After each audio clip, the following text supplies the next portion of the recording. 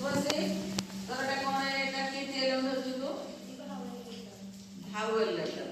କଣ କଣ vowel letter କାହା କୋଉ ଅକ୍ଷର ଭାୱେଲ ଲେଟର କୁହାଯାଏ? କଣ କଣ ରଖୁଛ ଭିତରେ କହ? ମାନେ ଭାୱେଲ ଲେଟର କେତେଟା?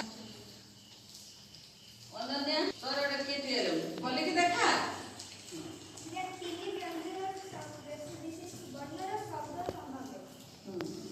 ଏଇଟା ଯୋଉ ରଖିଛୁ ସୂତାଟା ବାନ୍ଧିକି ଘଣ୍ଟରେ କଣ କରିକି ଦେଲା?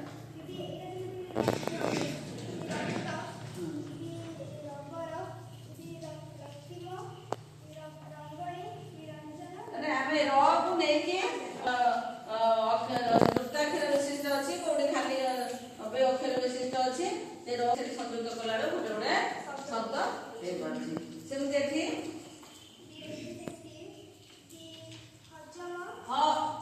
ଗୋଟେ ଅକ୍ଷର ଅଛି, ହକୁ ନେଇକି ଏଠି ଯୋଉ ଗୋଲାରକୁ ଆମର ତଳକୁ ଯୋଉ ଶବ୍ଦ ତଳକୁ ଲେଖା ହେଇଛି କିଛି ଅକ୍ଷରକୁ ନେଇକି ଲେଖା ହେଇଛି, ତାକୁ ହ ନେଲା ବେଳକୁ ଗୋଟେ ଗୋଟେ ପୁଣି ହଉଛି କଣ ଶବ୍ଦ ଗଠନ ହଉଛି। ଏଇଆ ତ ଠିକ ଅଛି। ଐଶ୍ୱର୍ଯ୍ୟା ପ୍ରତିଶବ୍ଦ କଣ କେମିତି କଲୁ? ଆକାଶର ପ୍ରତିଶବ୍ଦ ହଉଛି ଗଗନ, ଅମ୍ବର, ବ୍ୟୋମ, ନଭ। ସେଭଳିଆ ହାତୀର ପ୍ରତିଶବ୍ଦ ହଉଛି ଗଜ, ହାତଣ୍ଡ, ବାରଣ, କୁଞ୍ଜର। ମାନେ ତାର ଶବ୍ଦର ପ୍ରତିଶବ୍ଦ ଗୋଟେ ଫୁଲ ମଧ୍ୟରେ ପ୍ରତିଶବ୍ଦ ଗୁଡ଼ିକ ଅଛି, ଫୁଲର ଉପରେ ଶବ୍ଦଟି ଅଛି। ଠିକ ଅଛି, ବଢିଆ ହେଇଛି। ଆଜି ମୁଁ କେମିତି ଧାରାରେ କାହିଁ ତାର ଖୋଲି ଦେଖେଇଲୁ କଣ? ଜଗନ୍ନାଥ, କେଦାରନାଥ, ବଦ୍ରୀନାଥ, ରାମଚନ୍ଦ୍ର।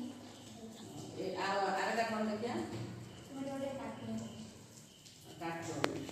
ବହୁତ ବଢିଆ ହେଇଛି। ତାପରେ ଏଇଟା ଜଗନ୍ନାଥଙ୍କ ଚାରିଦ୍ୱାର, ପୂର୍ବ ହେଲା ସିଂହଦ୍ୱାର, ଦକ୍ଷିଣ ହେଲା କଶ୍ୱଦ୍ୱାର, ପଶ୍ଚିମ ବାଦ୍ୟଦ୍ୱାର ଓ ଉତ୍ତର ଜଗନ୍ନାଥ ଯୋଉ ମନ୍ଦିର ଅଛି ପୁରୀରେ ତା ଚାରୋଟି ଦ୍ୱାରର ସେଠି ରଖିଛି ଗୋଟେ ଫୁଲ ଭିତରେ।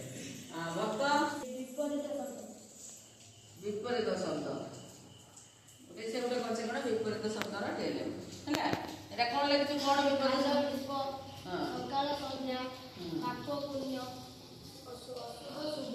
ଠିକ ଅଛି। ମାନସ ସମଚରିତ ଶବ୍ଦ ଶବ୍ଦର ଉଚ୍ଚାରଣ ସମାନ କିନ୍ତୁ ଅର୍ଥ ଭିନ୍ନ ଭିନ୍ନ। ଅର୍ଥ ଭିନ୍ନ ମାନେ ସମଚରିତ ଶବ୍ଦ କଣ? ଦୁଇଟି ଯାକ ଶବ୍ଦର ଉଚ୍ଚାରଣ ସମାନ ଆସିଥିବ, ଅର୍ଥ